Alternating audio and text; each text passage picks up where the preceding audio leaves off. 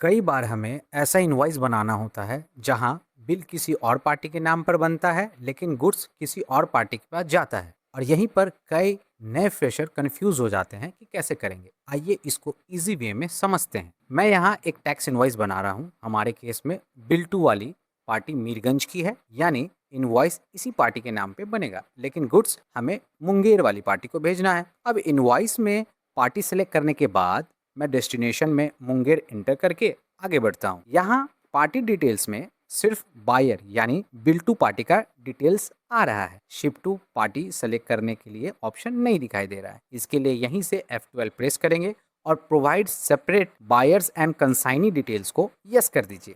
अब आपको ship to का ऑप्शन भी मिल जाएगा। यहाँ सिंपली उस पार्टी को सेलेक्ट कर लीजिए जहाँ गुड्स एक्चुअली में भेजना है। मैं यहाँ अपनी मुंगेर वाली पार्टी को सिलेक्ट कर लेता हूँ और इनवॉइस कंप्लीट कर लेता हूँ। ईवे बिल के टाइम एक इंपॉर्टेंट बात, जब आप ईवे बिल डिटेल फिल कर रहे हैं तो प्लेस ऑफ डिलीवरी वही इंटर कीजिएगा जहाँ गुड्स एक्चुअल में जा रहा है। फाइनल सेव करने से पहले एक बार कंफर्म कर लीजिएगा कि बिल टू जिसके नाम पे बिल बन रहा है और शिप टू जहाँ गुड्स डिलीवरी करनी है। अब इनवॉइस का प्रीव्यू देखते हैं। अभी प्रिंट प्रीव्यू में सिर्फ बिल टू वाली पार्टी का डिटेल्स आ रहा है। शिप टू की डिटेल्स भी इनवॉइस में प्रिंट करनी है तो बैक करके कॉन्फ़िगर में आ जाए। यहाँ शो कंसाइनी डिटेल को भी यस कर दीजिए। अब दोबारा प्रीव्यू चेक कीजिए। देखिए अब इनवॉइस में बिल टू और शिप टू दोनों की डिटेल शो होने लगी है। एक ध्यान देने वाली बात, जब भी आपको बिल टू और शिप टू वाली कंडीशन में पार्टी का टैक्स इनवॉइस बनाना हो तो प्रिंटिंग के टाइम दोनों पार्टी को शो करके ही प्रिंट करें। और अगर